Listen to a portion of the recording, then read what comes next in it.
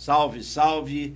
Hoje mais um episódio do Podes Crer, o podcast do conhecimento. E hoje com a particularidade, nós vamos conversar com um grande amigo numa data que tem para nós 3 grandes referências. Hoje a gente faz o programa em homenagem, em respeito ao nosso colega César Filho, que infelizmente sofreu um acidente, mas logo deve estar voltando aqui com a gente. Também é um dia dedicado ao Dia da Gentileza. E trazemos para cá hoje, para a nossa mesa, para a nossa roda de conversa, um grande amigo, pesquisador, estudioso, professor Xavier. Já, depois da vinheta.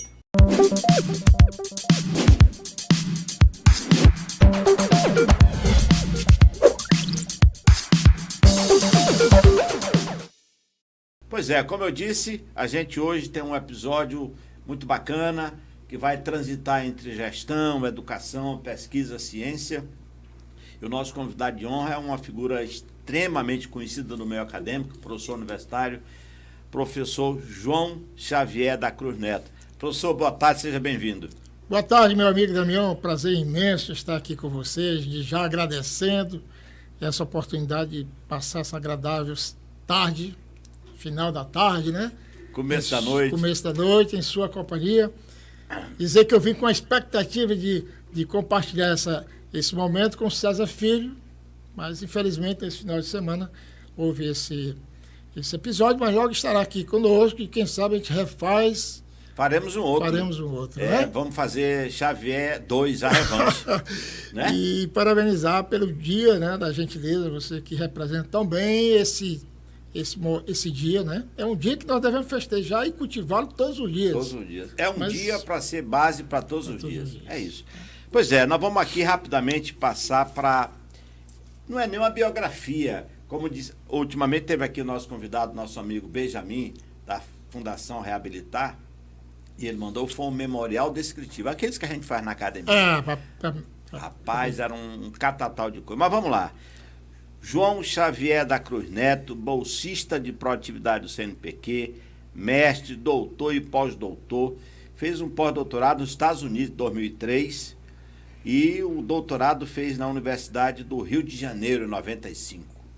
Xavier para além desse pesquisador, orientou umas centenas de alunos aí em curso de graduação, pós-graduação e é um aficionado pela inovação.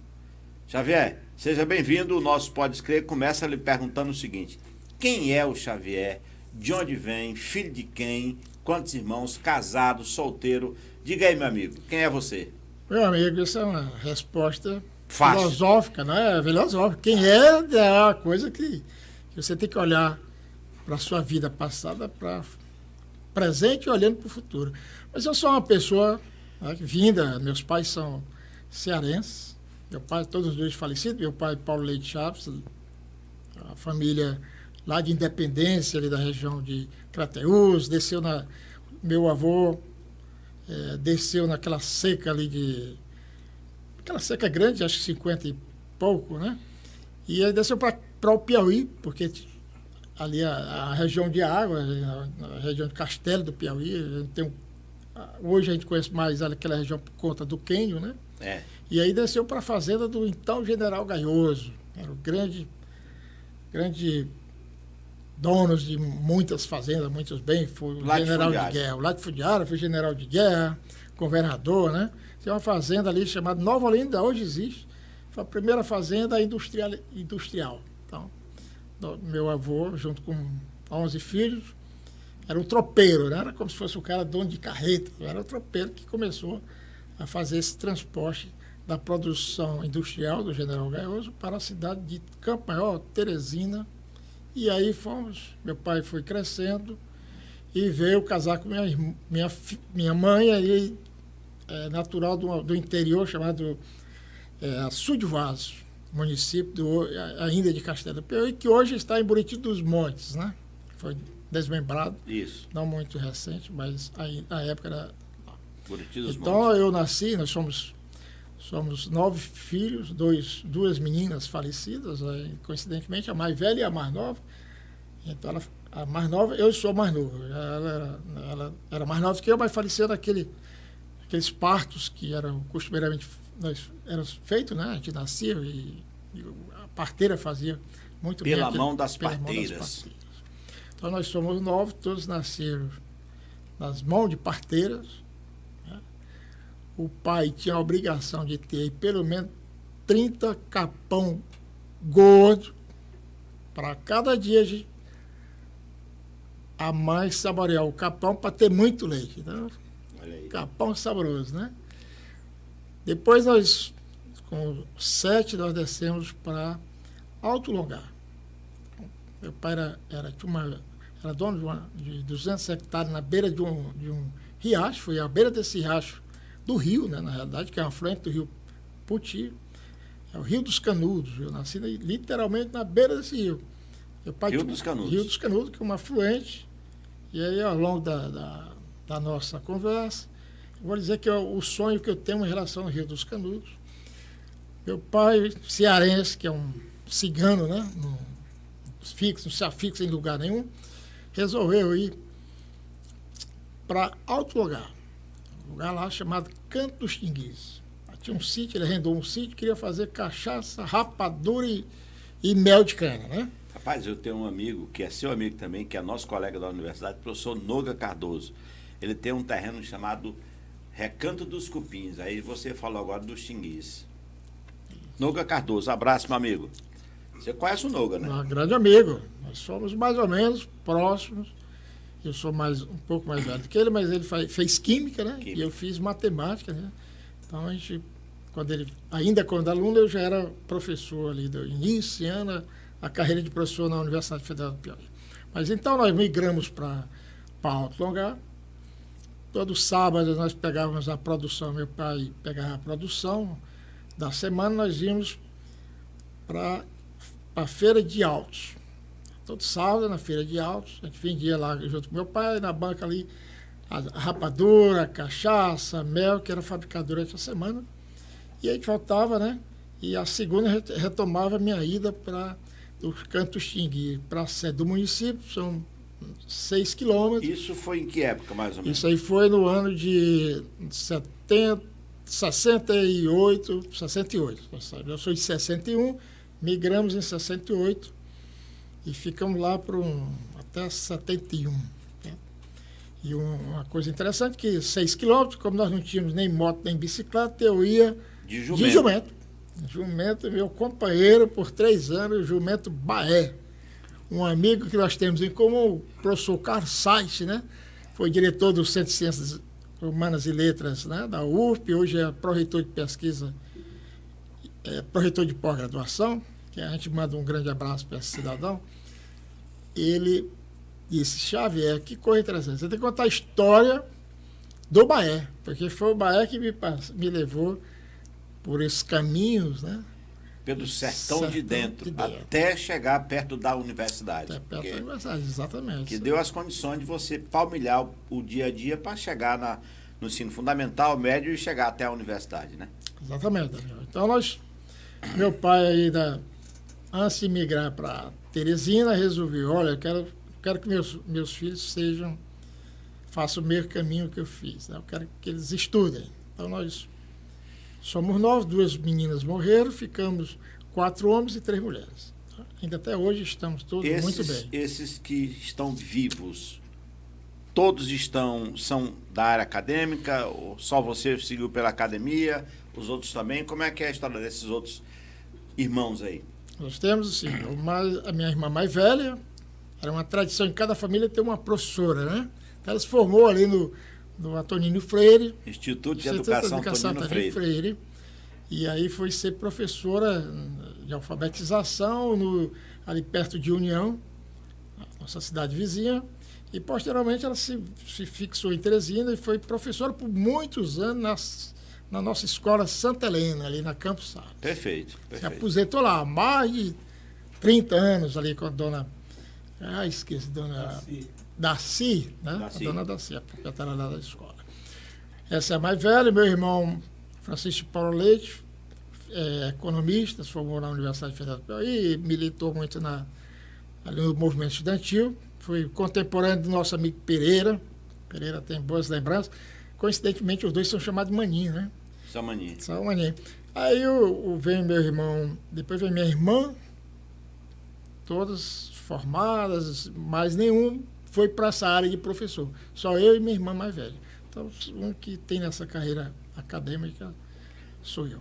Então, a gente pode imaginar, é o caso seu, Xavier, mas é da grande maioria de pessoas que, como eu, você tem origem humilde, que os pais foram visionários e viram que o caminho traçado pela educação certamente seria um caminho mais tranquilo, mais leve, embora que não fosse fácil. Quando é que você, então, entrou na Universidade Federal para ser estudante de matemática? Isso é uma história que eu lhe pedi licença para compartilhar com você rapidamente. Então, nós chegamos em Teresina, em 71, para morar ali na que a gente chama, era Rua Igaraçu, ali perto da Colônia, né?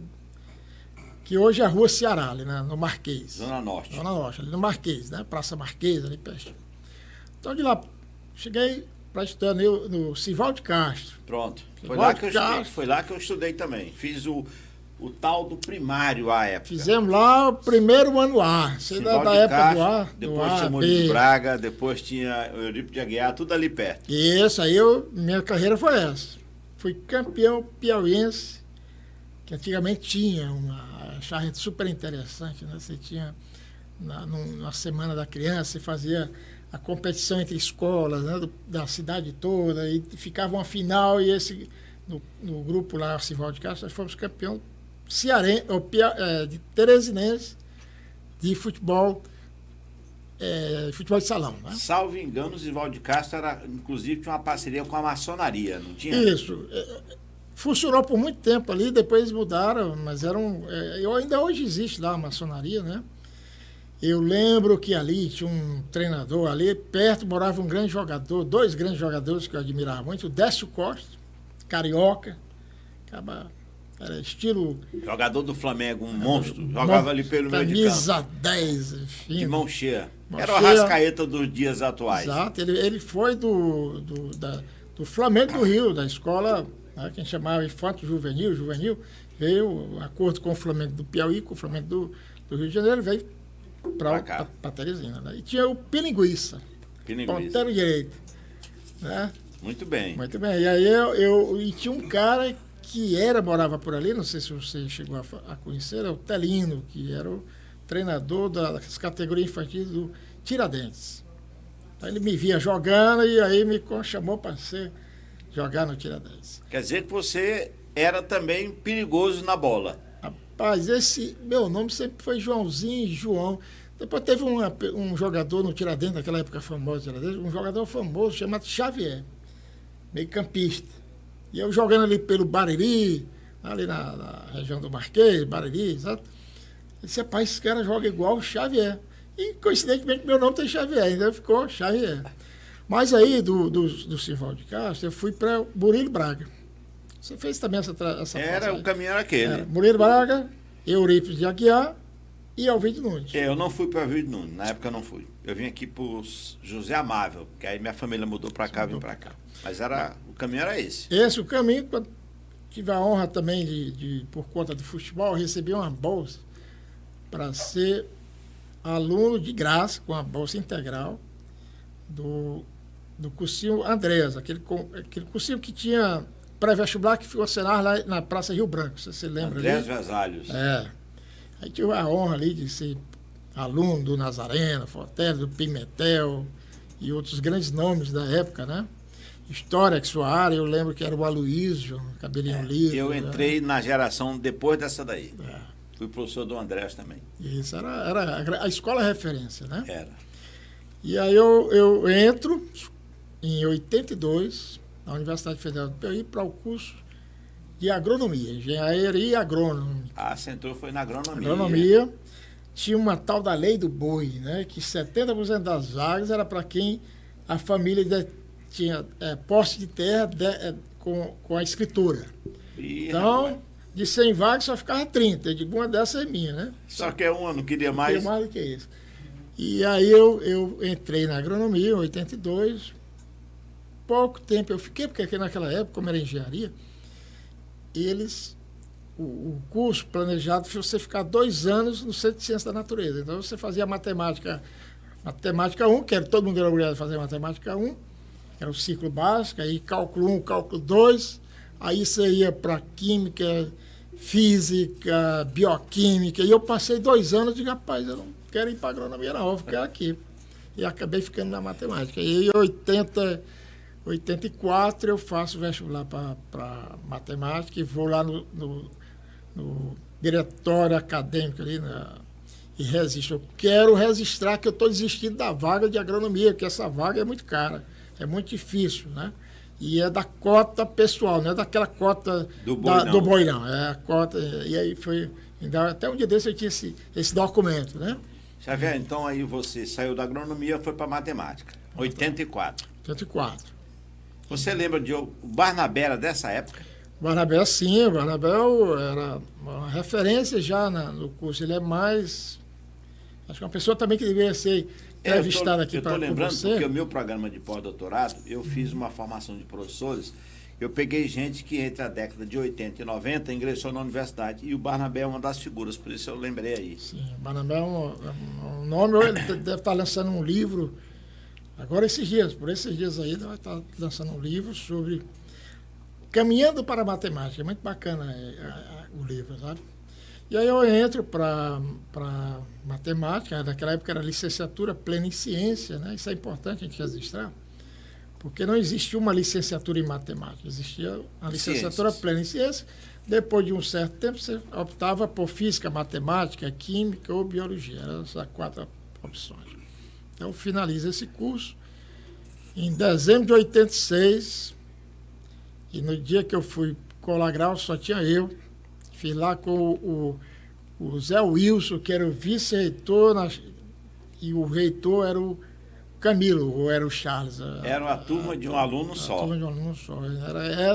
Mas era a tônica. A física eram 2 também, 2, né? Isso. Matemática. Bom, aí você acaba a matemática e entra para ser professor em Teresina na rede privada ou não? Não, em 85, né? Naquela época não existia concurso. Disseram que estavam precisando de professor na rede estadual. Aí eu fui atrás...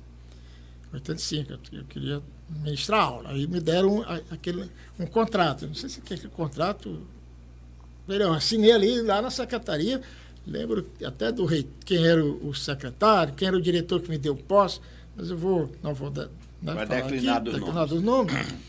Mas o meu sonho era fazer o seguinte: eu queria ministrar aula em todos os colégios que eu estudei. Eu só não consegui ministrar aula no Murilo Braga. Eurípides não, lá no Simval de Castro, porque era primeiro ano, mas não... era anos iniciais do sistema de ensino fundamental. Mas eu ministrei aulas ali no Eurípides de Aguiar e no Elvido Nunes. E depois num colégio que eu fui ministrar aula, tudo simultaneamente. Era ali pertinho do Meduno, tem um colégio ali que hoje é de surdos e mudos, Anísio... Anísio Abreu, não? Não, é mais... Eu acho que a gente recupera o nome e bota depois para a produção. Eu ministrei aula lá, assim, foi bacana, ministrei aula na 5ª série. E encontrei um menino, rapaz, tão inteligente, que eu digo, esse menino aqui, eu vou querer saber quem é. Aí fui atrás a mãe, conheci a mãe dele, era uma mãe solteira, criando o filho sozinho e morando no Buenos Aires. E a pés, né? Marcos, o nome dele.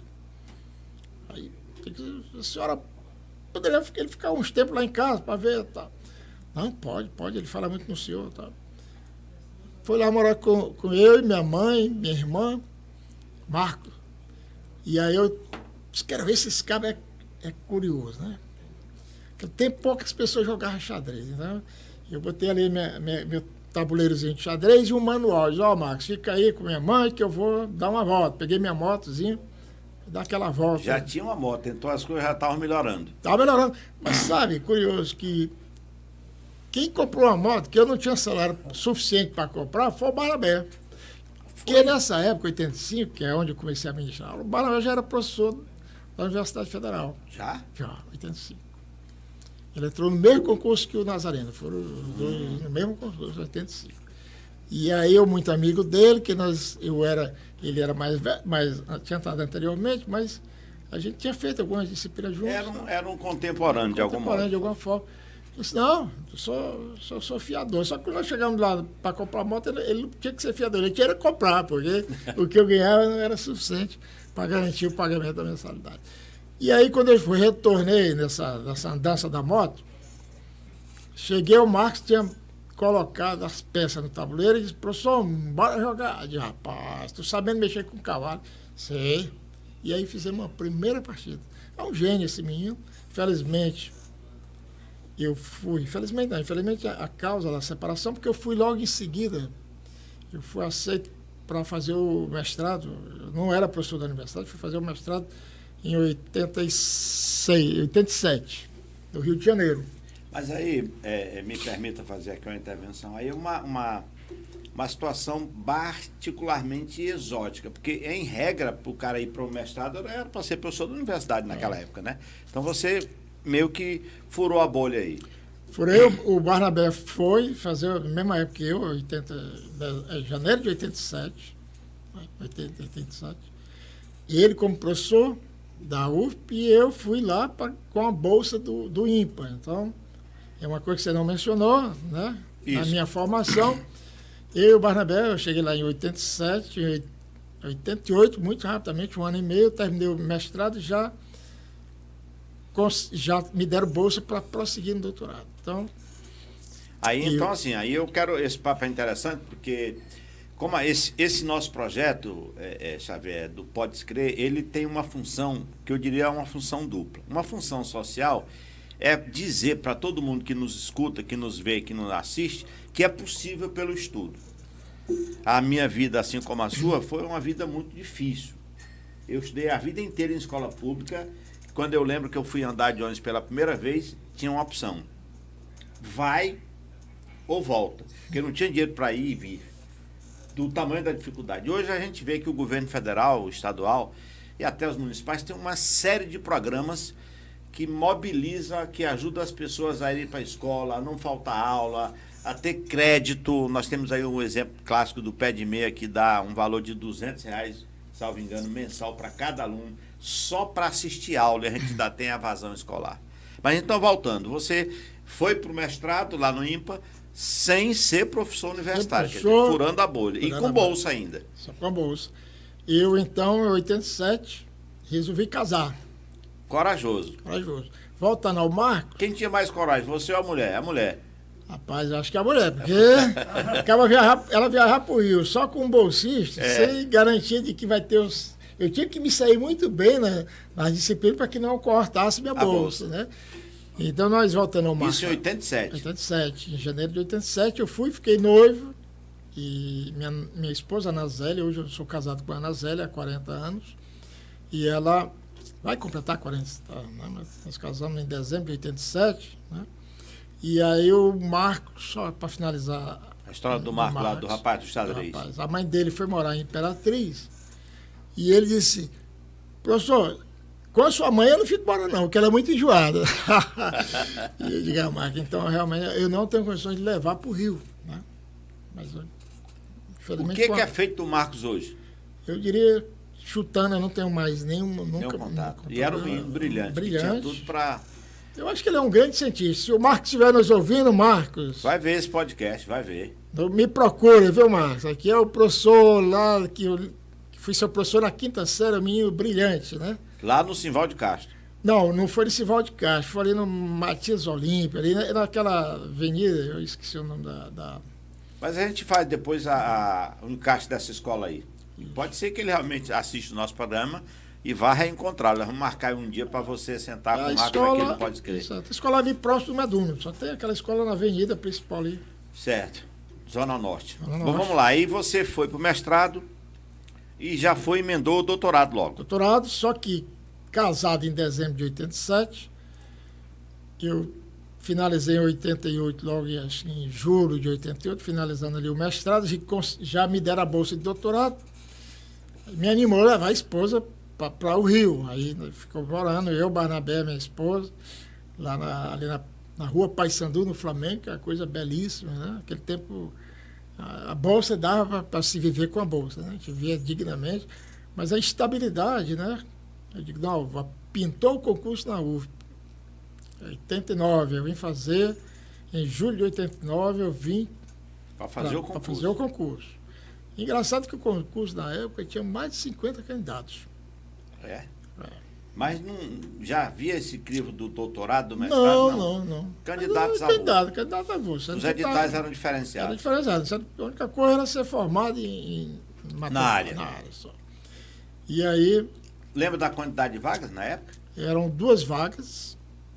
O primeiro colocado escolhia ou para o campus Reis Veloso, em Parnaíba, ou ficar em Teresina. Aí fiquei em primeiro lugar. Eu vou para o campus Reis Veloso, que eu vou lá em Paraíba. Rapaz. Aí minha esposa, não vou lá, você vai só. Então volta para você. Fica em Teresina. Quem foi o segundo, você lembra? Lembro. Gilvan Lima de Oliveira, meu compadre, né? Gilvan. Foi professor, um grande, cara muito bom. Foi professor e tudo lá no Dom Barreto. O Bacílio era... o Gilvan do Dom Barreto? Gilvan do Dom Barreto. É professor de matemática. Lá tem outro Gilvan, que é da química. O outro é da química. Esse é da matemática. Da química.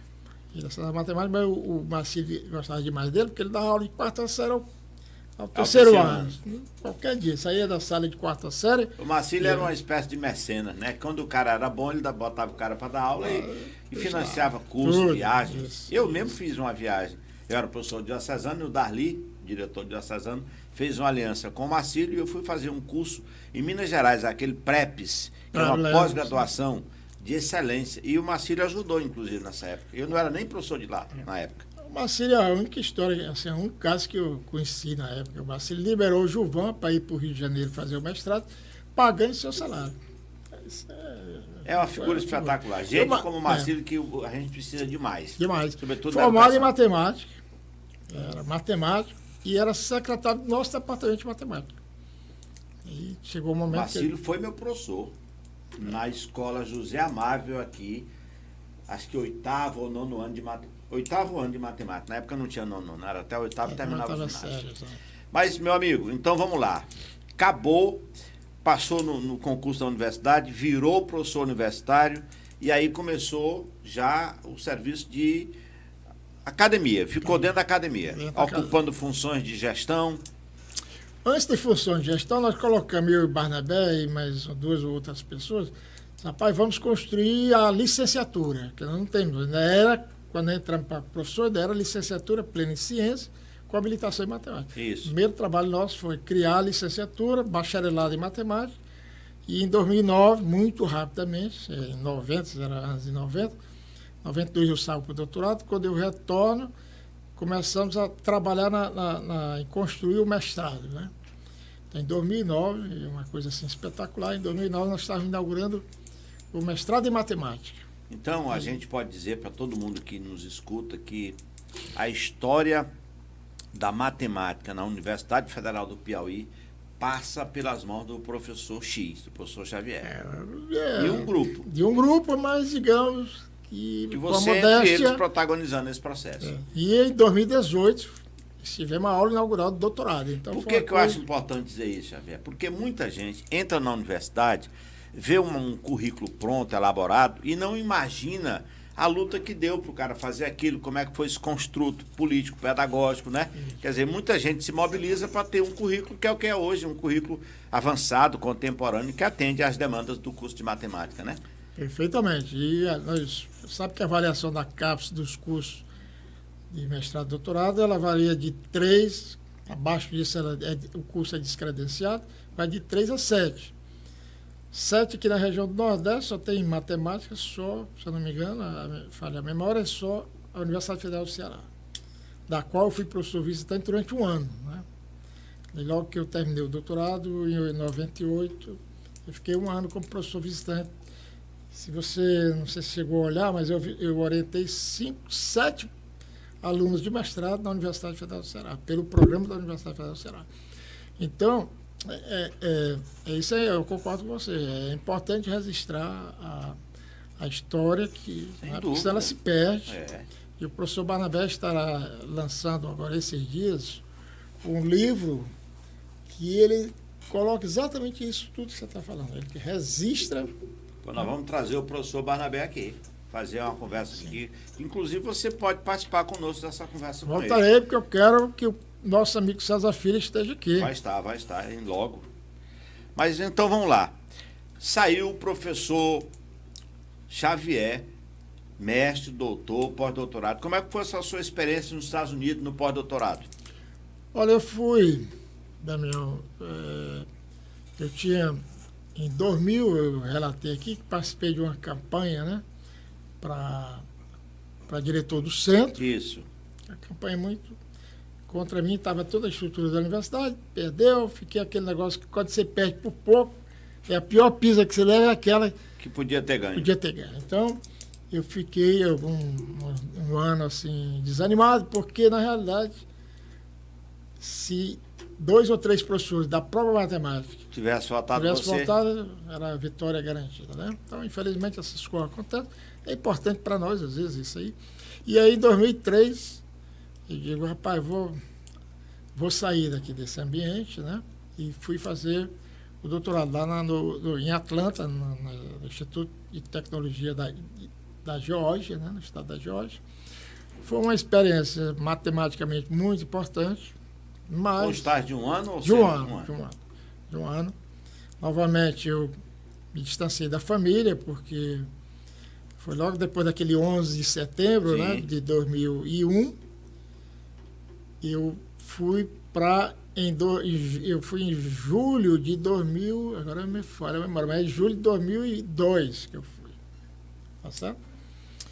E estava muito dura aquela questão, porque aqueles terroristas o atentado do World Trade Center, em setembro, eles eram do seio das universidades. Então, quem era de universidade tinha trânsito livre dentro dos Estados Unidos, o visto era muito facilmente concedido, e com esse ocorrido ficou um clima... Mudaram, né? Então, foi terrível passar um ano, porque as pessoas não interagiam com estrangeiro de dentro da universidade, né? Mas, do ponto de vista matemático, eu produzi muita matemática fina, né? Que possibilitou eu, quando retornei, ser bolsista de produtividade do CNPq, né?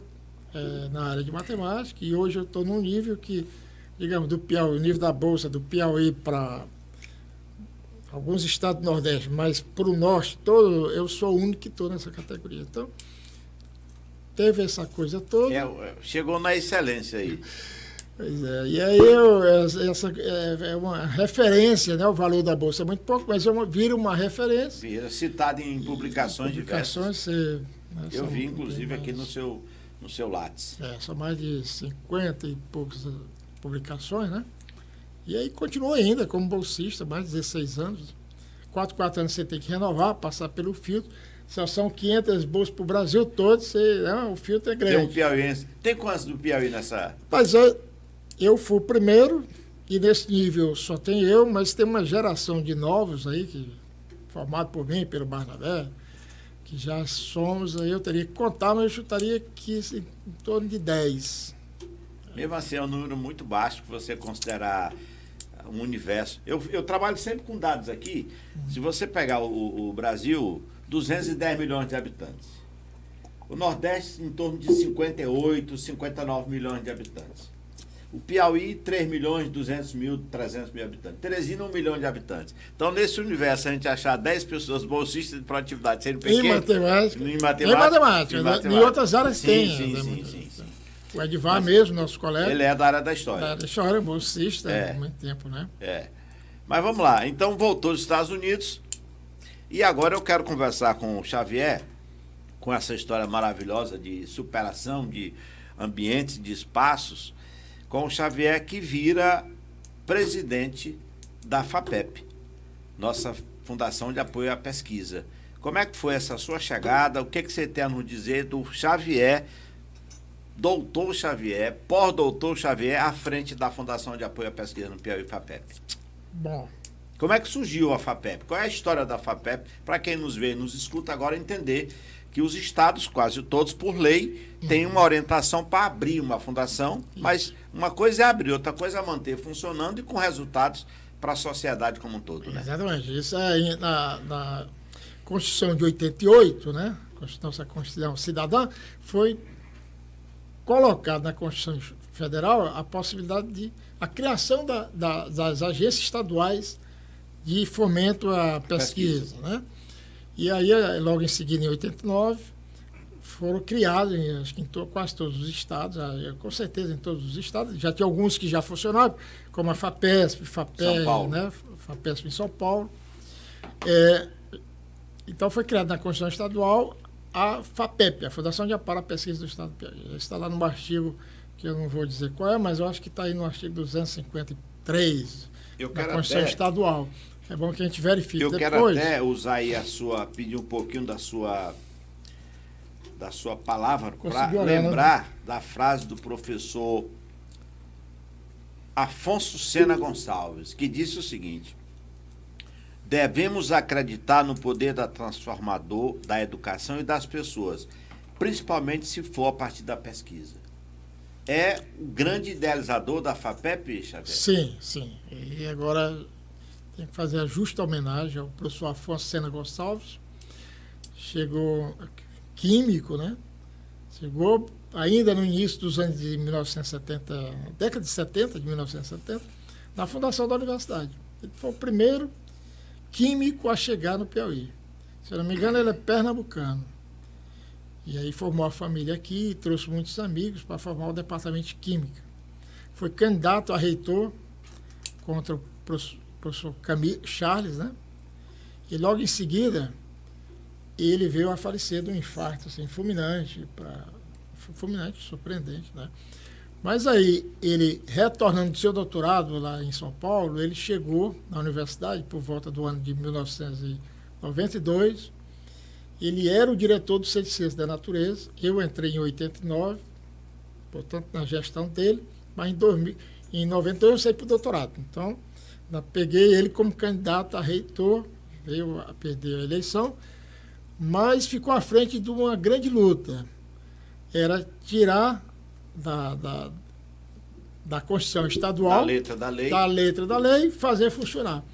E aí ele fez um movimento dentro da universidade, e a Universidade Federal, naquela época só existia basicamente pesquisa na Universidade Federal e na Embrapa.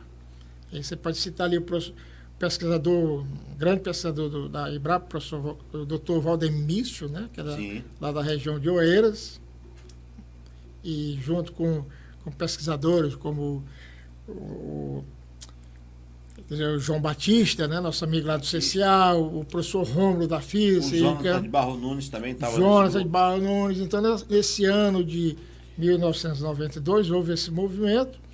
E a grande sorte aqui para nós é que, na época, o Nazareno Fonteles era o primeiro deputado estadual do PT, lá na Assembleia Legislativa, e junto com esse grupo, formularam um projeto de lei e o Nazareno apresentou lá na Assembleia. Criando condições jurídicas para que a nossa fundação finalmente saísse do papel e tivesse esse papel ativo e importantíssimo para a formação de gerações.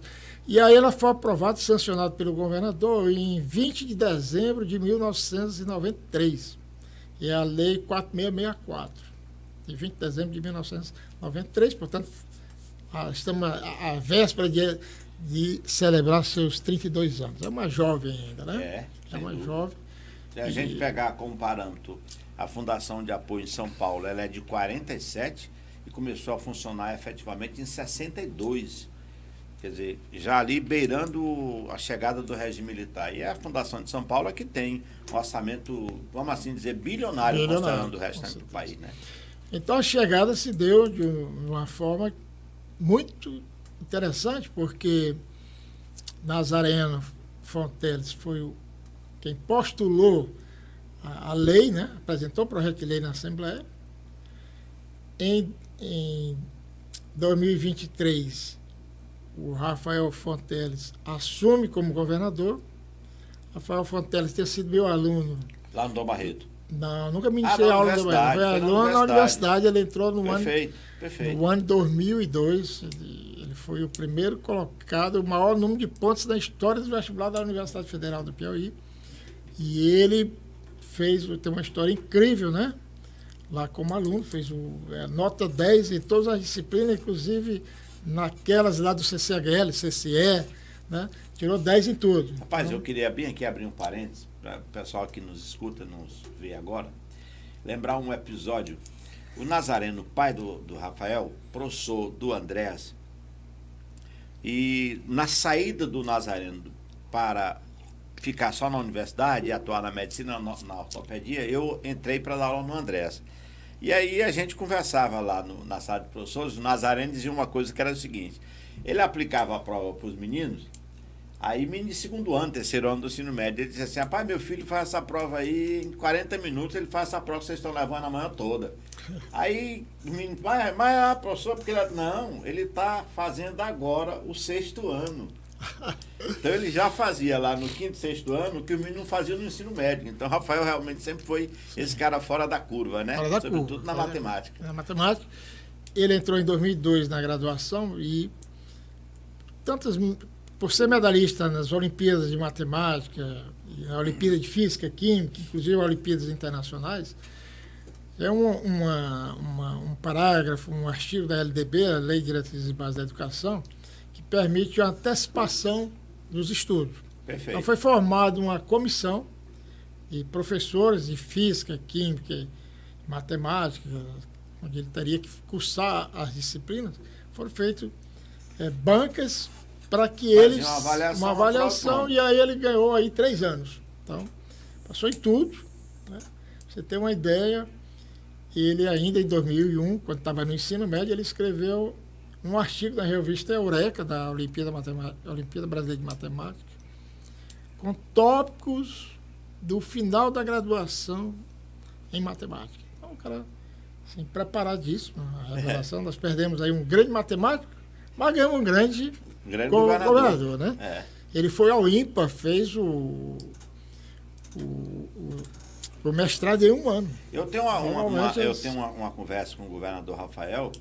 Ele sempre fala que foi professor do Dom Barreto, mas ele foi professor nosso lá no Projus também. Ele dá no 3º ano e pré-vestibular, acho que por 1 ano ou 2 com a gente do Projus. Digo, rapaz, você tem que citar, pai. O governador não pode falar só do Dom Barreto, cita o Projus também, que você deu aula lá com a gente e tudo. Mas é um amigo. Mas vamos lá. E aí, depois dessa trajetória, o Rafael te convida para você ser presidente da FAPEP. Aí você vai. Aí ele disse: olha, nós precisamos, professor, melhorar as condições da FAPEP. Então, um abacaxi grande que ele deu. Por que eu estou dizendo isso? Sabe? Porque, em regra, a cabeça dos governadores era de que criar uma fundação era tirar dinheiro para alugar que não dava retorno ao resultado. Exatamente. Claro que o Rafael, com a cabeça que tinha, não iria concordar com a lógica dessa e pensou exatamente em colocar lá um pesquisador da sua envergadura para fazer aquilo que ele almejava para uma fundação de apoio à pesquisa, que certamente seria uma grande, vamos assim dizer, uma ferramenta de alavancar o progresso, a pesquisa e a ciência no Piauí, né? Exatamente. Nós temos programas e uma coisa importante, Damião, é entender o seguinte: no Brasil e na maioria dos países, você tem 3 agências federais com missão específica. Nós fomos bolsistas da CAPES.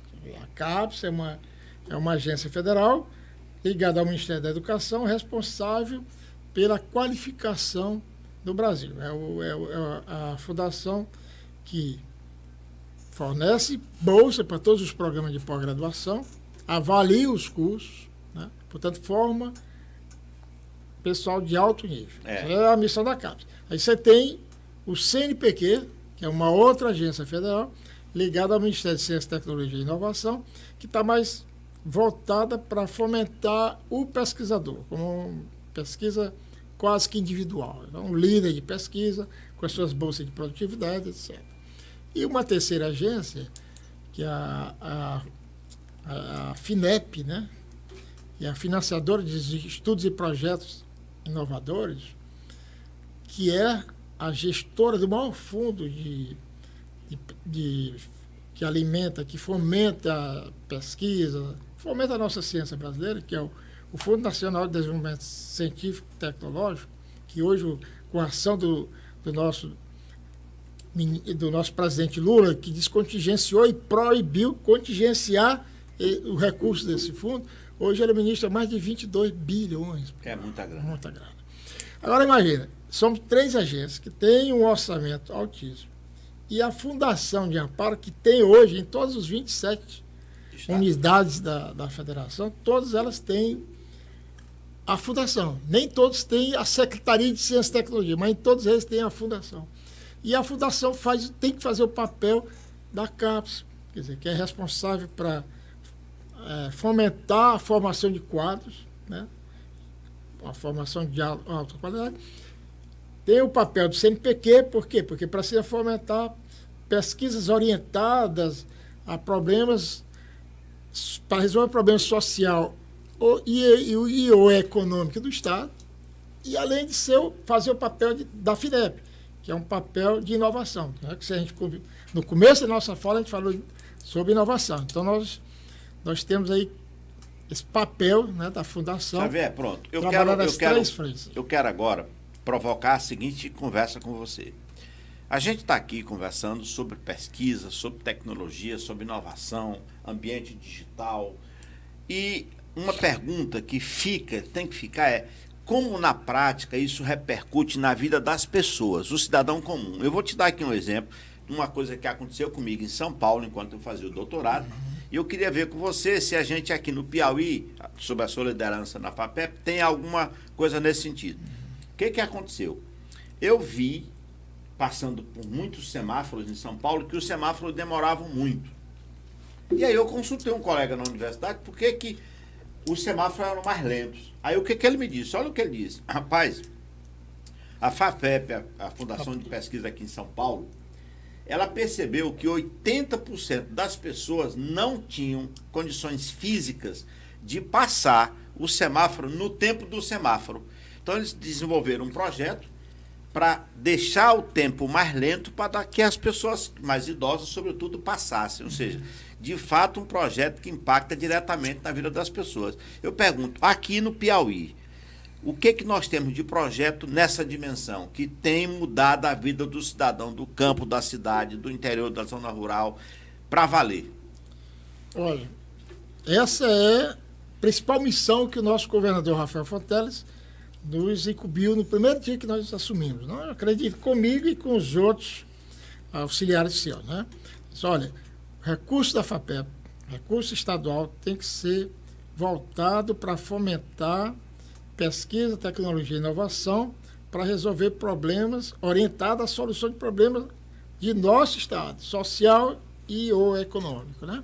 Então, para ficar mais claro que a população até já está utilizando dentro do que você perguntou, por exemplo, o celular seguro. Né? Isso foi desenvolvido dentro da universidade, financiado pelo governo do Estado. Tá certo? FAPEP, Secretaria de Segurança Pública, desenvolvido com professores lá do Departamento de Ciência da Computação da Universidade Federal do Ceará, do Piauí. Por exemplo, se nós olharmos agora um pouco maior, assim, sair da tecnologia mais impactante no dia a dia da população, nós temos hoje, né, nesse momento da COP30, né, pronto, que nós estamos na mudanças climáticas. Questão meio ambiente, sustentabilidade, clima. Era coisa do futuro e a gente já está presenciando. Né? Nós temos ali na região, o Piauí tem, Damião, 50 mil hectares de terras em processo de desertificação. Região de Gilboés ali? Por exemplo, só em Gilboés são 30 mil hectares, aquela região dos municípios que cercam ali de Gilboés, né? Então, nós precisamos urgentemente, até para aumentar a nossa produção agrícola, sem desmatar, sem ter que aumentar mais áreas degradadas, nós precisamos recuperá-las. Sim. E hoje nós estamos, olha como é a cadeia de conhecimento. Nós abrimos um edital em parceria com a FINEP, chamado Centelha 2, um grupo de professores liderado pelo professor Edson Cavalcante. Concorreu o nosso edital e foi agraciado com um volume de recursos e desenvolveu um gel, que é um formato, um gel, que ele absorve, né? Água. Ele absorve água e vai distribuindo ao longo de 15 dias, como se fosse despejando. Uma espécie de uma esponja, não? É uma esponja, eu comparo até com o sapo cururu, que você joga uma águazinha em cima dele, o bicho incha, né? Então é isso, ele está lá murchinho, pequenininho, e você joga a água dele ali, e ele aumenta, né? Expande e fica distribuindo aquela água, quando é aplicada numa área, por até 15 dias, economizando muita água, né? Que é uma coisa preciosa. Isso foi num projeto de inovação, lá no programa Centelha 2. Logo depois, uma empresa do Paraná, o grupo do professor Edson precisava concorrer a uma edital do CNPq e precisava de uma empresa para colocar um certo volume de recursos na proposta. Então, uma empresa de biofertilizantes, lá do Paraná, entrou como parceira, eles receberam o volume de recursos, desenvolveram, então, isso que iniciou com o gel, eles fizeram mais estudos e hoje eles estão produzindo esse gel. Pode ser vários produtos aqui da nossa caatinga, mas, por exemplo, eles estão usando o xixá, a goma do cajueiro, quando você faz aquele risco no caule do cajueiro, sai aquela goma, né? A resina, e já está. Eles também se preocuparam em estudar. Algo semelhante ao que ocorria com a borracha, que você cortava e saía aquele líquido viscoso. E eles estão usando mais, então, essas duas que eu citei e o mesocarpo do coco babaçu. Essa é a mais importante, porque tem em abundância. Temos que preservar a nossa mata que cada dia está sendo dizimada, a nossa mata de coco babaçu, que ela retém, sequestra muito carbono, né? Então, além de produzir e você utilizar todos os itens do babaçu, ele dá um grande sequestrador de carbono. Hoje, esse gel está sendo produzido e estamos hoje com um financiamento com esse grupo. É uma parceria com a Universidade Federal do Piauí, que é o grupo do professor Edson. Essa empresa lá do Paraná, que eu não vou dizer o nome aqui, e a Secretaria do Meio Ambiente e a FAPEC. Então, nós estamos com esse experimento de 10 hectares ali na cidade de Jués, tem um espaço lá de 54 hectares, chamado Nuperade. Né? E estamos lá aplicando esse produto em 10 hectares, já está com 6 meses que nós iniciamos lá o plantio. A equipe colocou o gel, fez a colocação do gel, está plantando 5 hectares de caju e outros 5 as plantas que vêm, essas coisas já tenham sido desenvolvidas e que a gente comprove na prática, agora não mais em laboratório, mas 10 hectares já é um espaço experimental grande, e aí nós vamos ter uma produção genuinamente piauiense. Foi desenvolvida a partir de uma área que era de desertificação, que está recuperada. Está sendo recuperada. E aí nós vamos, o governador já está, o governador acompanha de perto esse projeto, é um projeto que ele vê que vai impactar no Nordeste, no Brasil e no mundo, né? E aí ele já está trabalhando para conseguir recursos para aplicar essa tecnologia para a recuperação já agora, início de 2026, para 1.600 hectares naquela região de Jués. E para assentar famílias da agricultura familiar focada na fruticultura, para gerar riqueza para essas famílias e para a região. Né? Renda, sustentabilidade. Renda, sustentabilidade. Xavier, você está falando aí de um experimento a partir da Universidade Federal do Piauí, a partir de uma área desertificada no nosso território, mas com aporte financeiro de uma empresa de fora. Eu pergunto a você, esse tipo de experiência, ou esse tipo de parceria institucional, a FAPEP faz com as secretarias do governo do Estado?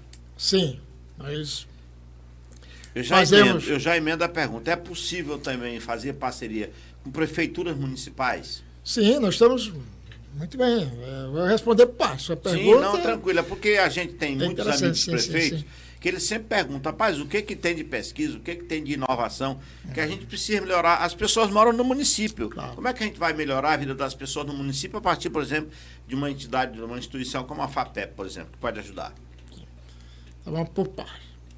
Então, a FAPEP foi criada com a visão de trabalhar com as instituições, né? Formação de alto nível, fomentar formação de mestres, doutores, atua também na iniciação científica, com bolsa de iniciação científica, atua no ensino médio em parceria tanto com a SEDUC, com a Secretaria de Estado da Educação. Nós temos bolsa para professor de R$ 1.000, bolsa para alunos de R$ 300, são os alunos de ensino médio. Estamos com um acordo com o Ministério da Pesca e Aquicultura, é o Jovem Doutor da Pesca Artesanal, que a gente está executando lá na região do território de... território, como é o nome do nosso território ali da Planície Litorânea. Ah, tá. Ali nós temos uma grande escola, a Escola do Mar. Importante informar para quem nos escuta que o Piauí é dividido em territórios de desenvolvimento, né? De acordo com a potencialidade de cada região. Exatamente. São 12 territórios. Aí você vem lá, Planície Litorânea, Cocais, Entre Rios, aí você chega ali na região ali de... Brasil, o Piauí é rico demais de água, todos os territórios têm a ver, o nome tem a ver com rio. Com alguma água, alguma água, né? Alguma fonte.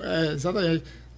Guaribas, o território do Guaribas, né? Rio Guaribas, né? Território do Rio Canidé, território do Rio Piauí, Sambito, isso tem muita água. Então, veja, nós... essa era a missão inicial.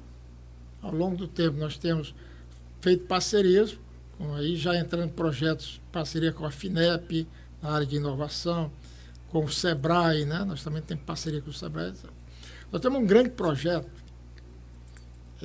meu amigo Damião, que é um projeto de transferência de tecnologia para fruticultura. É um projeto, parceria FAPEP, são mais de 3 milhões, com a Embrapa.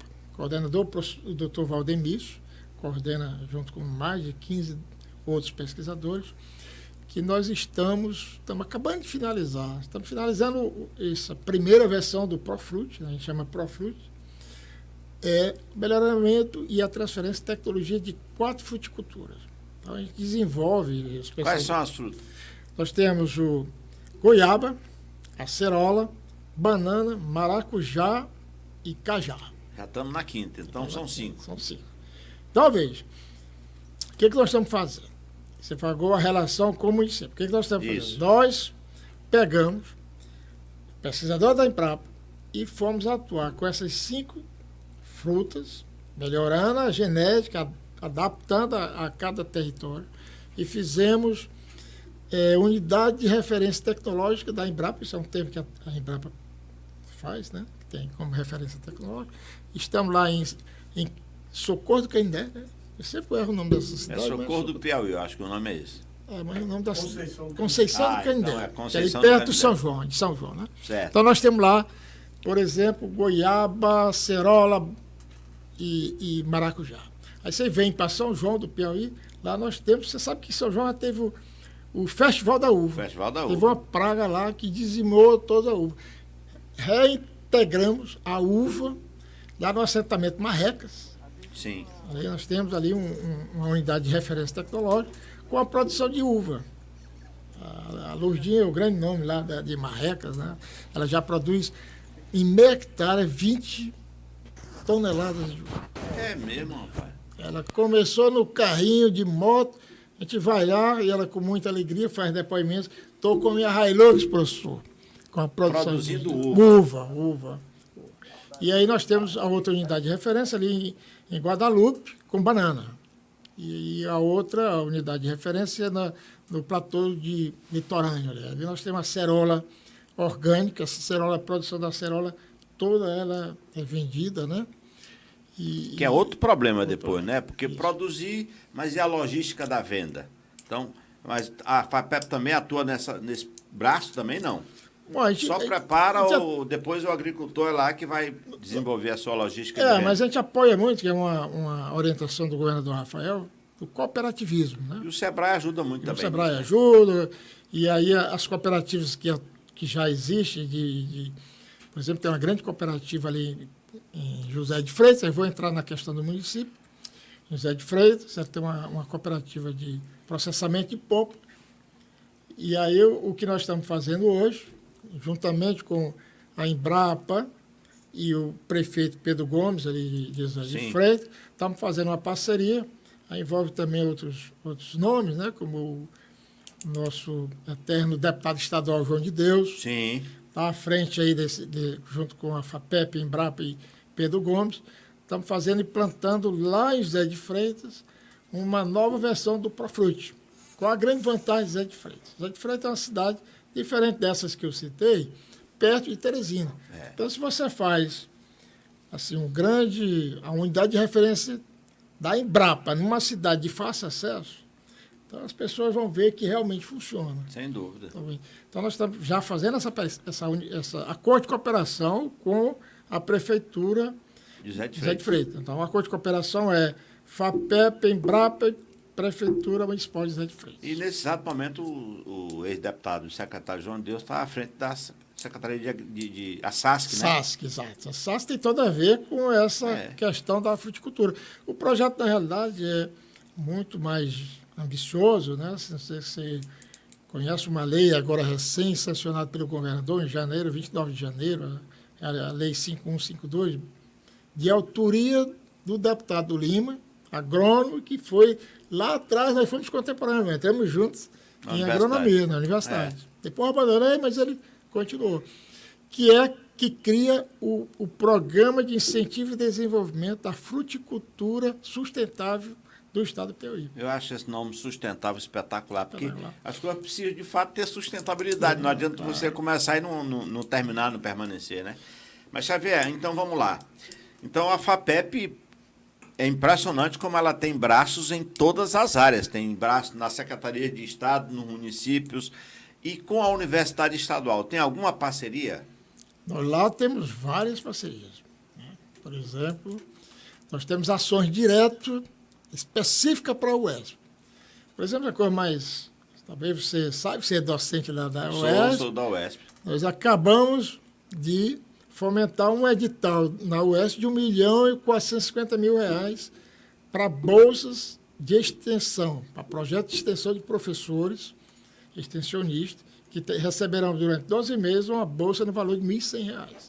Esse edital ainda está em vigor e a gente convida aqui para que todos participem. Se inscrevam. Isso extensão nas mais diferentes áreas. Todas as áreas possíveis, né? Você que vai... Quer dizer, na realidade, o governador sempre orienta que todas as nossas ações da FAPEP sejam voltadas para as áreas, os eixos prioritários, né? Mas os eixos prioritários, tudo isso aqui que nós falamos se encaixa nesses eixos prioritários. Também temos uma ação muito importante lá, que é o fomento à bolsista de produtividade da UESP. Então, nós estamos lá com 20 bolsas, é um edital que a gente transfere. Nós pagamos a bolsa, mas quem faz o edital é a própria universidade. Então, são 20 bolsas, nós queremos aumentar isso para 40 já em 2026. E aí o professor recebe durante 12 meses a bolsa de 1.100. A única condição que a gente coloca é que para ele concorrer, ele até pode concorrer e tal, mas se ele só vai ter a bolsa implementada, se ele, na realidade, no edital anterior do CNPq, ele concorreu e tenha recebido o mérito, né? Ele pode até ser que a sua bolsa não foi implementada por questões de limitação financeira, mas ele recebe o mérito e aí ele vai ser nosso bolsista, né? Só para iniciação científica, para você ter uma ideia, nós fomentamos lá 50 bolsas de iniciação científica. Direto, 50 alunos, né? Xavier, assim, você entrou na FAPEP agora em 2023. 2023, desculpa.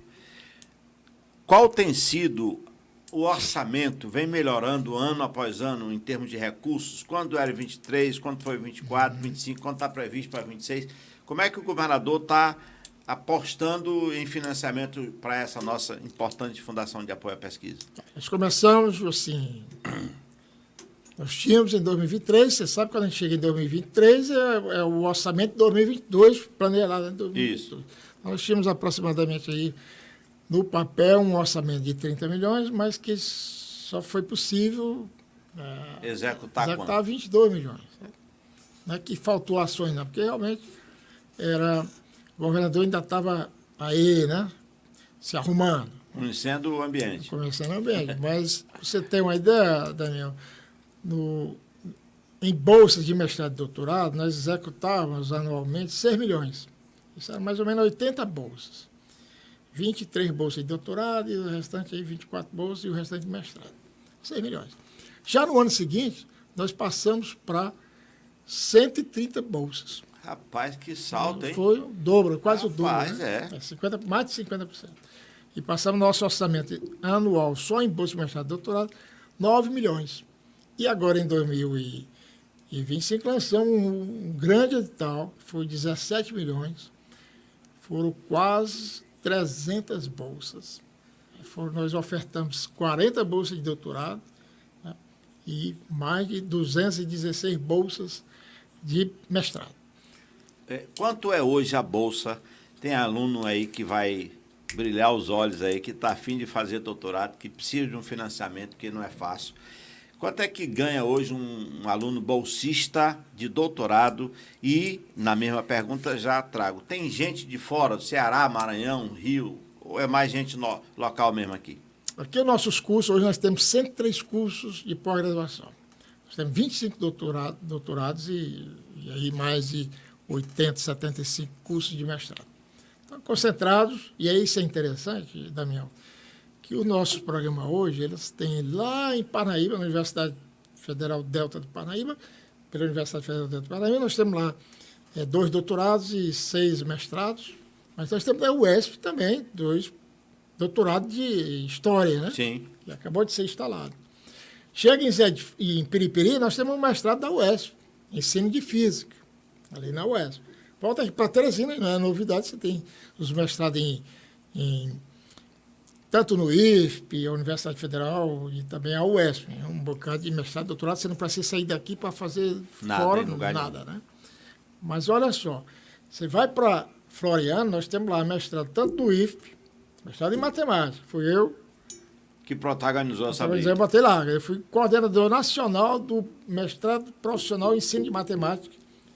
E eu, quando fui o coordenador nacional, implementamos em Parnaíba, UESP e Floriano, no IFE Floriano. Infelizmente, lá em Parnaíba não prosperou, tá certo? Mas é um grande mestrado aqui na UESP. Chegando, então, em Floriano, você tem mestrado no IFE, tem mestrado na Federal.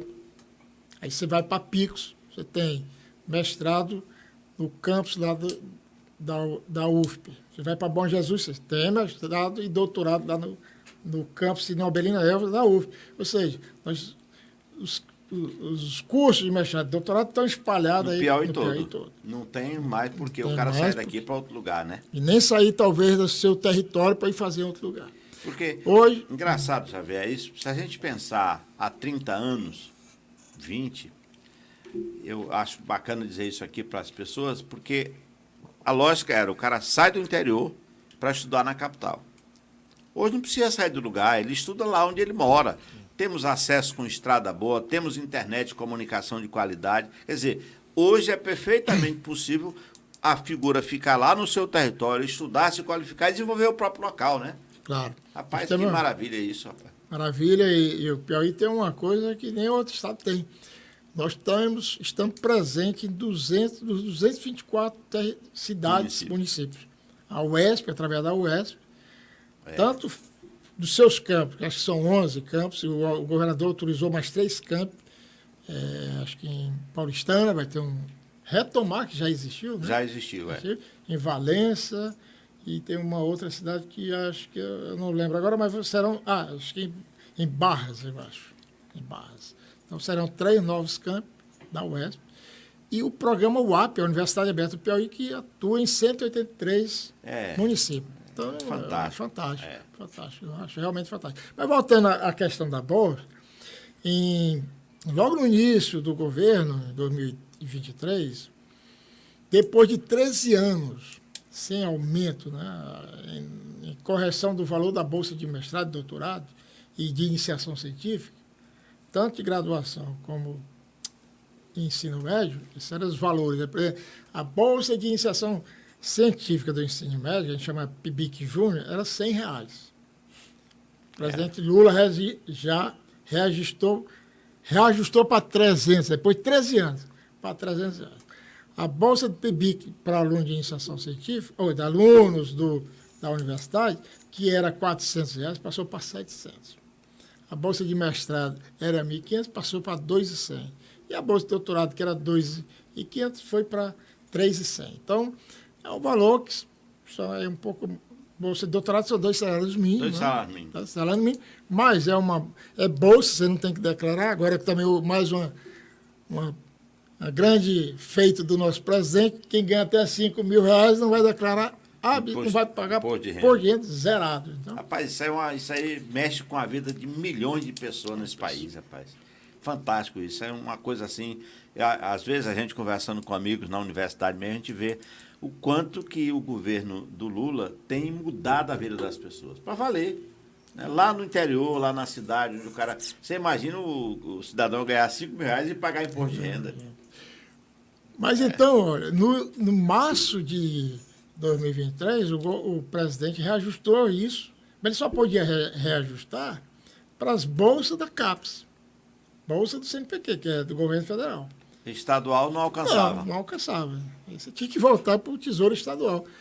E aí o governador disse, vamos... Para paridade. Paridade. Né? Então nós fomos a primeira fundação que não praticava que sempre seguimos os valores da CAPES, foi a primeira fundação brasileira a pagar o valor de 2.100, 3.100 para doutorado, 2.100 para mestrado, 700 para iniciação científica de graduação e 300 para iniciação científica de júnior. Né? E aí o governador reajustou todas as bolsas de permanência da UESP, né? Todas. Uma coisa fantástica. 2023 foi... Meu amigo professor Xavier X, nós estamos caminhando para o final da nossa conversa. Eu quero lhe fazer uma pergunta, que é a seguinte: se a nossa fundação não existisse, que falta faria? Muitas faltas. Eu mesmo fui bolsista da fundação. Quando eu fui, o início, minha ida lá para o Rio de Janeiro em 87, a primeira bolsa que eu recebi foi aqui da FAPEP. Eram poucas bolsas, mas foi ela que me sustentou lá pelos 6 meses até eu ganhar nome para o INPA me dar uma bolsa maior do que a bolsa que eu fui daqui para lá. Então, isso é só pesquisa. Você imagina assim, por que a FAPESP, ou o Estado de São Paulo, vai fomentar uma pesquisa para resolver um problema no Piauí? Não vai. Quem faz isso não vai. É a nossa fundação. Então, a nossa fundação, se aqui posso ainda lhe colocar vários exemplos, né? Já citei da recuperação de áreas degradadas, por exemplo, mas nós estamos com vários acordos de cooperação e eu acho espetacular 2 que eu vou destacar aqui. O Perádio é um que eu tenho o maior carinho, né? Foi talvez porque como é minha formação de um agrônomo frustrado, né?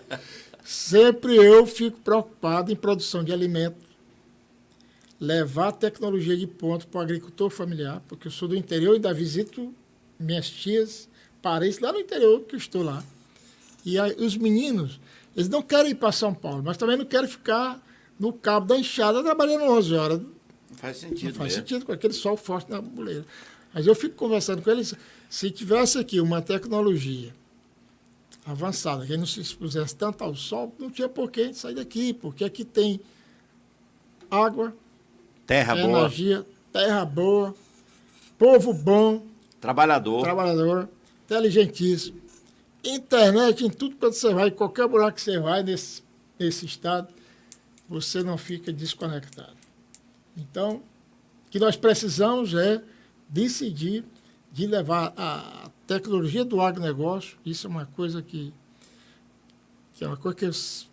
está dentro de mim levar isso para a agricultura familiar. A secretária Regiane Tavares já faz um grande trabalho nesse sentido, né? O professor governador já orienta e prestigia muito esse trabalho. Mas a grande falta seria, por exemplo, você não ter a formação. Uma falta da FAPEP, né, que você me perguntou. Você não tem uma formação de quadros para resolver problemas do Piauí. Problemas reais, são problemas reais. Né? Por exemplo, o governador fala muito essa questão da soberania. Né? E aí nós recentemente passamos... a nossa inteligência artificial. Temos nossa inteligência artificial desenvolvida por piauienses. Isso é uma coisa fantástica. Fantástico. O INPA é a maior instituição da América Latina em matemática, está trazendo a unidade para o Piauí. Lá no Instituto de Educação. No Instituto de Educação. Ela não ganhou grande destaque na imprensa, porque foi no mesmo dia houve o anúncio do curso de medicina para Floriano. Acabou que... Mas aí está fazendo aí, o governador é uma pessoa assim, extraordinária, já fez muito postagem, hoje alguns professores de matemática, hoje mesmo saiu um artigo muito interessante do nosso doutor Benjamin do Vale, com o professor Barabé, falando do impacto, do salto quântico da instalação do INPA TEC aqui no Piauí. Então, um artigo muito interessante. A própria FAPEP também fez um artigo e colocou na nossa página da FAPEP. Né? Mas, olha, uma coisa interessante, nós temos muitos acordos de cooperação com todas as nossas instituições, todas elas, nós temos um acordo de cooperação. Vou citar por instituição. O nosso governador viajava e chegava, falava de hidrogênio verde. Poucas pessoas, mesmo a imprensa... achavam que era ilusão. Era ilusão e nem sabia do que se tratava. Nós fizemos um acordo de cooperação com a UESP, liderado pelo professor Juan. Nosso amigo, professor Juan, grande abraço. Está na China hoje. Está na China. Quando voltar, vem trazendo muitas novidades, vem energizado. Vem. E aí nós fizemos uma rede, a FAPEP financiou uma rede de pesquisadores no tema de hidrogênio verde. A primeira missão foi popularizar o tema. Lançamos, houve uma em 2023, 2024, houve uma, assim, todas as emissoras fizeram uma semana sobre o tema. E aí o professor Juan, o professor Edson, a professora Jô, as 4 instituições tinham 3 pesquisadores, nas 4 instituições, o UESP, liderado pela UESP, UFP, IFP e o FDPA. E participaram de todo esse processo. Só para citar um acordo liderado pela UESP. Saiu mais de 500 mil em um ano. E aí, fruto, nós tivemos muitas publicações, mas, por outro lado, também tivemos uma proposta desse grupo, junto à FINEP, que foi contemplado de 15 milhões, nós fomos contemplados com 14 milhões e 500 mil. Quase o dinheiro todo. Olha só, com 500 mil, nós fomentamos, olha a importância, sem a FAPEP você não faria isso. Nós não baixamos edital. Eu, particularmente, não tinha ninguém falando em hidrogênio verde aqui dentro das universidades, dos institutos de pesquisa, mas eu sabia que cada um estava fazendo algo próximo disso. E aí, com 500 mil, nós fizemos muita coisa e trouxemos muito dinheiro. Só os 14 milhões e 500 mil... É muito dinheiro. Para começar um negócio desse, rapaz? Com o IFE, nós temos hoje, rodando, não sei se você conhece, aí você não conheceu, eu lhe convido para um dia nós fazermos essa visita lá em Pedro II. Da Opala. Da Opala. É um arranjo produtivo espetacular, já li sobre isso. Já leu? Já. Lá nós temos ali o Centro de Tecnologia de Artefatos Minerais, que fica ali no coração de Pedro II, aqui 7 milhões de máquinas que nunca foi ligada, nunca tinha sido ligada. Então, é a parceria com o ESP, mas liderado pelo IFE. Eles chamam de garimpo sustentável, já vi uma coisa nesse sentido. A professora Lilânia é responsável pela parte de sustentabilidade. Lilânia é lá da UESP, a parte de sustentabilidade do projeto. Né? Estamos já fazendo, já tem uma startup que está pegando o rejeito que tem ali naquelas minas, mina do Boi Morto, por exemplo. Foi até caso de novela. Foi emblemático no rádio. Isso. É. Mas aí, hoje já se tem uma startup produzindo tijolos para ser usado no calçamento de rua com esses dejetos lá da... Isso lá em Pedro II. Lá em Pedro II. E uma coisa mais interessante, Daniel, é que eu quero explicar assim, de uma maneira... Não, aqui é para essa conversa mesmo. O nosso papo aqui é para levar para o pessoal do Piauí de fora informação de qualidade. Mas eu quero explicar de maneira bem simples. Pedagógica. Uma questão que tem dois grandes objetivos desse acordo de cooperação. Né? Acordo de cooperação, o IFP, o ESP e o FAPEP. 1.600.000. Se tudo correr bem, nós vamos colocar mais 2 milhões nos anos seguintes. Né? Primeira coisa, os australianos chegaram aqui lá por volta da década de 1940 para explorar a opala. Só que eles não diziam o que era, né? E a gente conversando lá com os senhores, aqui está o Maurício, que fez muitas matérias lá junto, fazendo cobertura lá. O pessoal dizia, rapaz, chegavam os cabos aqui doidos num helicóptero, enchia o helicóptero de umas pedras que a gente acha aí e ia embora. É doido, né? Era a nossa opala. O nosso povo achando que eles eram doidos. Era doido. Então, veja, um dos grandes... Esse é o principal objetivo. Essa foi a condição do governador Rafael Fonteles liberar esse financiamento de 1.600.000. Que a gente faça a identificação da opala piauiense. Cada gema que você pega, qualquer gema de qualquer gema que você pensar, ela tem o que a gente chama de identificação, o registro, é como se fosse um DNA. Eu quero explicar como se fosse um DNA. Por exemplo, se você pegar a opala da mina do Boi Morto, lá de Pedro II, ela não é igual à opala que se extrai lá na Austrália, por exemplo. Então, o professor Érico, a professora Lilane e sua equipe tem a missão de identificar isso. É um processo longo. A gente está trabalhando com um grupo americano, de pesquisadores americanos, que vieram ao Piauí para ouvir postagem nossa, veio ao Piauí para participar dessa pesquisa. Levaram a amostra nossa e vai ajudar, através do professor Érico, fazer essa identificação. Isso é uma coisa que vai agregar muito valor à nossa opala. Porque no mundo afora se vende opala como sendo a opala como sendo australiana. Só que a nossa tem muito mais qualidade. Essa coisa, Xavier, é como a gente falar, por exemplo, de alguém que come carne de um boi que não é certificado, por exemplo. Então, o mercado é cada vez mais exigente e quer certamente produtos de qualidade com certificação. Quer dizer, o que está sendo feito é uma identidade, é um DNA, é uma certificação, né? Exatamente. Que agrega valor. Isso agrega valor. Porque o australiano vende a opala de Pedro II de alta qualidade dizendo que é da Austrália. Então, você agrega valor para a opala para lá. O mercado deles. Isso é para citar, sem a FAPEP, isso não poderia ser. Não seria possível. Não seria viável, né? E aí, citando aí essa relação já com o IFP, caminhando aqui para a gente finalizar, Sim. Né? Nós temos uma parceria forte, 15 milhões, com a Universidade Federal do Piauí, o FTPA e FAPEP.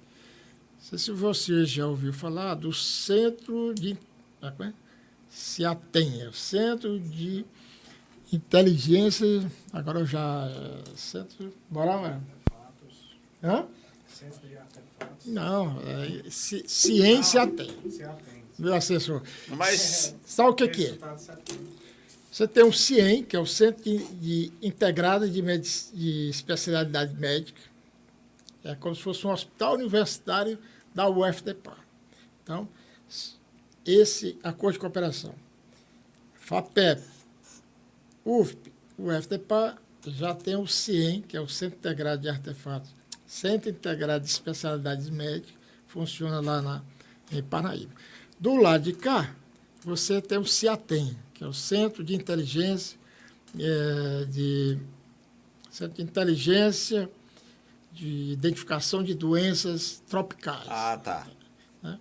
Tem um nomezinho, meu assessor não me ajudou, mas a gente vai colocar aí nos caracteres. Centro de Inteligência em Agravos Tropicais Emergentes e Emergência beneficiados. Pronto. Esse é um centro que tem mais de 50 bolsistas, doutores, pesquisando, e liderado pelo nosso amigo Dr. Carlos Henrique Nery Costa. Pronto. São mais de 15 milhões em 5 anos.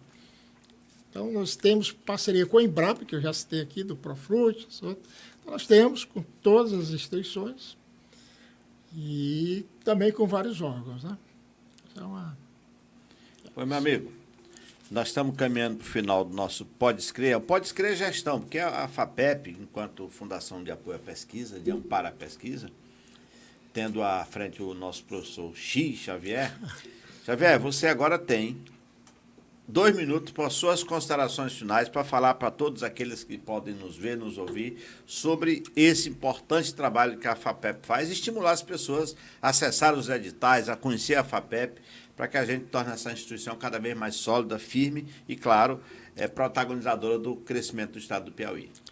Inicialmente, nesses 2 minutos, quero já iniciar com os agradecimentos ao convite, nesse dia tão especial, Dia da Gentileza. Dia da Gentileza. Né? Então, meu amigo Damião, é muito, assim, agradeço bastante esse espaço, essa oportunidade da gente falar um pouco da Fundação de Amparo à Pesquisa do Estado do Piauí. A gente reconhece que ela não é um nome que a população conheça, mas dentro das universidades, dos ambientes acadêmicos, é bastante conhecido. É uma instituição que a cada dia o governador Rafael Fonteles aporta mais recursos. Por exemplo, nós vamos ter em 2026 um orçamento de 45 milhões, mas projetado com as parcerias com as agências federais, SEBRAE, etc. Nós finalizamos o ano de 2026 executando mais de 60 milhões. A gente começou lá em 2023 com 30, 20, 25 milhões, como eu falei inicialmente, chegando a 60. Então, nós temos editais para todos os interesses. Né? Você tem aí na área de inovação, para você ter uma ideia, de empreendedorismo inovador, nós temos 3 editais que acabaram de ser... 3 estão em execução, né? Portanto, da edital, porque está sendo executado. Sim. E temos um que está em aberto. Então, convido a todos para conhecer nossas redes sociais, na nossa página, o Startup Nordeste, que são mais de 6,5 milhões, uma parceria com o SEBRAE. Apoiamos 100 projetos e com bolsa do empreendedor de R$ 6.500 durante 12 meses. Você imagina, R$ 6.500 durante 12 meses. Muita coisa, né? Temos o Tecnova 3, que é uma parceria com a FINEP, são 13 milhões. E aí para empresas que já têm um CPF ou já têm um CNPJ mais robusto, mas não pode ter um faturamento acima de 16 milhões, quer dizer, para ficar. Então, essas empresas receberam agora, no final de 2024, a média ali de R$450 mil em subvenção. Quer dizer, não vão ter que retornar nada, eles só vão ter que garantir o bom uso desse recurso. E temos agora, nesse momento, abertas as inscrições, e aí eu chamo toda sua audiência para participar desse edital, que é o Centelha 3. É um edital que ele fica no nível de ideação. Você não precisa estar com sua ideia já em execução. Nós vamos fomentar, são 5.800.000, vamos fomentar um número de projetos que receberão 80 mil em forma de subvenção, R$80 mil em subvenção, e R$50 mil em bolsa. Ou seja, você vai ter um dinheiro que não tem que devolver e ainda um valor de bolsa durante 12 meses. Você vai pegar esses 50 mil e distribuir durante 12 meses. Você vai dizer, eu quero ganhar esse mês 4 mil, mas no outro eu quero ganhar só 2 e vou contratar um especialista para ganhar 5. Né? Você é dono desse dinheiro. E aí é o que o governador Rafael Fonteles sempre coloca, é criar oportunidades de emprego. Né? Então, já temos aí...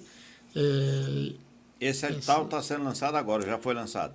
Está lançado, estão com as inscrições abertas e encerra no dia 24 de novembro. É uma inscrição simples, você precisa ser claro que problema você está tentando resolver e qual é a sua ideia que você tem para resolver aquele problema. Então, o que vai ser julgado é a importância do problema e se aquela ideia que você está apresentando, os especialistas acham que, de fato, ela é viável para que se aposte com o recurso, solucionar o problema. Tá? Ainda, daqui uma informação quase de primeira mão, ainda em novembro, o governador Rafael vai lançar um super choque educacional e tecnológico do ensino superior. Aí vai ser um lançamento agora ainda em novembro, e eu espero, o que está tudo desenhado é que aí é um edital que para os próximos 4 anos ultrapasse só aí mais de 100 milhões de reais. Isso com a FAPEP. FAPEP, Secretaria de Educação, a CIA, né, que é a nossa Secretaria de Inteligência Artificial, com o nosso amigo André Macedo. Eu assisti isso toda. Teve aqui. Sim, eu assistia ele e o nosso amigo o Baldo, né? Baldo. Foi muito. Espero que chegue bem próximo daquilo ali. Rapaz, o nosso programa aqui vai estourar. Vai estourar, né? Exatamente. Vamos abrir aí para os nossos colegas. Pegar suas redes sociais e jogar aí para os seus 5 milhões de seguidores. Com certeza. E também vincular nossas redes lá da FAPEP, né? Então, nós estamos animados, convidar novamente, reforçar a população nossa. Tem muitas ideias, amigo Damião, nós estivemos lá na região, a Embrapa fez o Circuito da Uva, um projeto financiado, fomentado pela FAPEP, sob a liderança da Embrapa, e nós andamos ali na região de São João do Piauí, Conceição do Canindé, Pedro Laurentino. Você encontra famílias assim que estão sendo sustentadas e tendo uma boa vida, aquela coisa que eu lhe falei sobre a tecnologia chegar no agricultor familiar. Sim. O cara que tem o seu trator, tem sua caminhonete, que vai levar seu produto para a feira. Coisa que a gente nem imagina. Nem imagina. Lá em Pedro Laurentino, na zona rural de Pedro Laurentino, ele está lá com a sua família. Ele veio de Petrolina, porque lá ele não conseguia prosperar, não tinha mais espaço para um pequeno produtor, e ele veio se instalar em Pedro Laurentino. Então, a gente tem aí um Piauí enorme, fértil, potente. Água não falta, só temos aqui achar a tecnologia adequada para fazer a exploração sustentável dessa água, né? Meu amigo Xavier, nós vamos fazer agora um brinde para finalizar o nosso Pode Crer. Parabéns. Sorte, sucesso, e que a FAPEP de fato chegue em todos os lugares que ela precisa chegar para dar vida de qualidade às pessoas. Meu amigo Damião, se você me permite 1 minuto. Por favor, você tem 2 horas aqui. Como você falou, isso é importantíssimo, chegar em todos os cantos, né? Eu aí na minha juventude, eu estive à frente da criação da Olimpíada Brasileira de Matemática das Escolas Públicas. Ela hoje é uma competição, é mais do que uma Olimpíada, é um evento grande programa que envolve 20 milhões de alunos, né? E o que nos motivou foi a oportunizar a todos os nossos piauienses brasileiros, em qualquer parte dele, a oportunidade de você encontrar um talento que está perdido. O Brasil é um grande celeiro de futebol, porque em todo lugar tem uma pessoa que reconhece, tem um campo e tem alguém que, aquele menino ali tem futuro. Isso. Nós precisamos fazer isso na educação. E então, uma das primeiras coisas que nós fizemos lá na FAPEP foi descentralizar para todos os territórios cotas. Então, quando você faz abre agora um programa, um edital de iniciação científica, bolsa de R$700, nós fizemos cotas específicas para cada dos 12 territórios. Então, os 12 territórios hoje, você encontra uma ação da FAPEP. Então, isso é o meu orgulho. Interiorizada. Indo aonde precisa ir. Tem uma frase, meu amigo Xavier, que diz assim: aquele ou aquela que procura algo, mas não sabe exatamente o que procura, às vezes até encontra. Mas como não sabe o que procura, não sabe o que encontrou. Então, com a fundação, com a sua habilidade, com a sua competência e compromisso, eu não tenho a menor dúvida que a nossa instituição de amparo à pesquisa vai muito mais longe. E a gente torce para que a FAPEP, de fato, mude a vida das pessoas lá onde as pessoas vivem. E aí contamos com a sua audiência para chegar em todos os territórios onde tem aí uma... Nós vamos pegar os nossos especialistas aí, fazer os cortes e jogar. Isso vai ser show de bola. E corte para que seu amigo não fique gaguejando, viu? Não.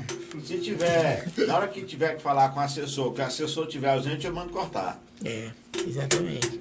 É E isso. diga assim, assessor tem que estar atento. Como é que eu estou falando do O negócio? assessor tem que saber mais do que o assessorado. E preparado ali, já procurando o que esse cara quer que eu localize, não é não, Damião? Se o cara não souber, diz, olha, isso aqui que você vai dizer. Isso aí.